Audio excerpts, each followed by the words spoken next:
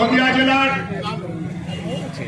সমন্বয় বঙ্গীয় স্বর্ণশিল্পী সমিতির সমন্বয়ে যে আজকের সভা, অনেক সময় আমরা ভারতবর্ষের বিভিন্ন রাজনৈতিক দলকে বলতে শুনি যে তাদের সভায় অনেক লোক হয়েছে, কিন্তু রাজনৈতিক ঝান্ডা ছাড়া সারা নদিয়া জেলার শুধুমাত্র পেটের জ্বালায় আজকে রানাঘাটে কত লোক হয়েছে আমি বলবো আপনারা সেখানে দেখে যান। আমাদের পেটের জ্বালায় আমরা এখানে এসেছি। আমরা যারা স্বর্ণশিল্পী ভাইরা সেই পলাশী থেকে শুরু করে হরিণঘাটার প্রত্যন্ত গ্রাম, হরিণপুর থেকে শুরু করে এরণির প্রত্যন্ত গ্রাম থেকে আজকে আমরা এখানে এসে উপস্থিত হয়েছি। কেন আমাদের এখানে আসতে হলো? কেন কাজকর্ম ছেড়ে আমাদের এখানে আসতে হলো?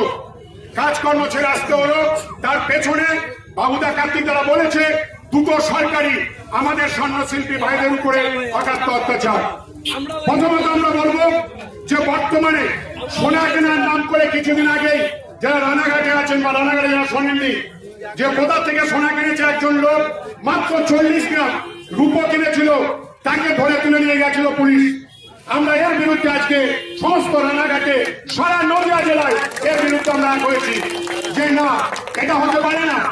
একজনকে সোনা বিক্রি করতে আসবো, তার সামাজিক দায়বদ্ধতা আছে, কারোর বিয়েতে কারোর ছেলে অসুস্থ হয়ে পড়েছে, সেই জায়গায় কেউ রূপো সোনা বিক্রি করতে আসলো, তাকে প্রথমে কি আমরা জিজ্ঞেস করবো যে তুমি চোর কিনা? আমরা কেন তাকে জিজ্ঞেস করবো? নাকি তাকে আমরা বিক্রি করে তার কাজে সহায়তা করবো?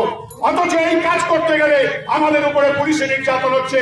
আমরা তাই পুলিশ প্রশাসনকে হুঁশিয়ারি দিচ্ছি, যদি এরপরে নদিয়া জেলার কোথাও দেখা যায় এরকম অবস্থা, তাহলে কিন্তু আপনাদের খারাপ হয়ে যাবে। আমরা দেখেছি, আমার কাছে এরকম খবর আছে, অনেক সময় জিআরপি এবং আরপিএফ এবং রানাঘাট থানার পুলিশ হোক, সেখানকার পুলিশ হোক, তারা বলে জিএসটি বিল করুন, জিএসটির বিল দিন, তারপরে আপনাদের হবে। আমি বলছি দায়িত্ব নিয়ে 4-5টা কেস আমার কাছে এসেছে, বলেছে দাদা আমাদের জিএসটি বিল দেখিয়েছি, জিএসটি বিল দেখানো সত্ত্বেও আমাদেরকে বলেছে তোরা কোর্টের থেকে ছাড়াবি 30,000-60,000 টাকা করে। তারা বিধাননগর পুলিশ তাদের বিরুদ্ধে নিয়েছে, রানাঘাট থানার পুলিশ এদের কাছ থেকে টাকা নিয়েছে। তাই হুঁশিয়ারি দিয়ে যাচ্ছি, বিধাননগর পুলিশ তো হয়তো শুনতে পাচ্ছেন না, কিন্তু রানাঘাট থানার পুলিশ শুনতে পাচ্ছেন। যদি জিএসটি এবং বৈধ কাগজ থাকা সত্ত্বেও এরকম ভাবে আপনারা টাকা নিতে চান, তাহলে কিন্তু এর পরিবর্তে আমরা স্বর্ণশিল্পী ভাইরা রানাঘাটকে স্তব্ধ করে দেবো। আর আমাদের দাবি ছিল রানাঘাটের আর যারা আছে তাদেরকে সবাইকে, আজকের যে পরিস্থিতি, আমাদেরকে পুলিশ বলছে সিসিটিভি লাগাতে হবে। সিসিটিভি লাগিয়ে কিন্তু সমস্যার সমাধান হবে না, আইডেন্টিফাই হয়, সমস্যার সমাধান হয় না। আমরা যেটা জানিয়েছি, কার্তিক তারা যাবে প্রশাসনের কাছে জানাবে যে জিএসটি দিতে আমরা সবাই রাজি আছি, কিন্তু আমরা দেখেছি বিভিন্ন ক্ষেত্রে যারা আজকে এখানে এসছে, প্রত্যন্ত গ্রামে যারা আছে, জিএসটি বা কাস্টমসের যে কাগজগুলো থাকে সেই কাগজগুলো ইংলিশে লেখা থাকে। বেশিরভাগ ক্ষেত্রে ফার্স্ট এডুকেশন অর্থাৎ প্রথম শিক্ষাগত যোগ্যতা নিয়ে আমাদের এখানে এসছে, ইংলিশে পড়তে তারা হয়তো পারে না, সেই জন্য ইচ্ছা থাকলেও তারা অন্য লোকের উপরে সই করতে হবে। আমরা দাঁড়িয়ে রাখছি কার্তিকটা বাবুদা বাকিরা দাবিদারদের মতো করে সঠিক জায়গায় যে এটাকে বাংলায় করতে হবে।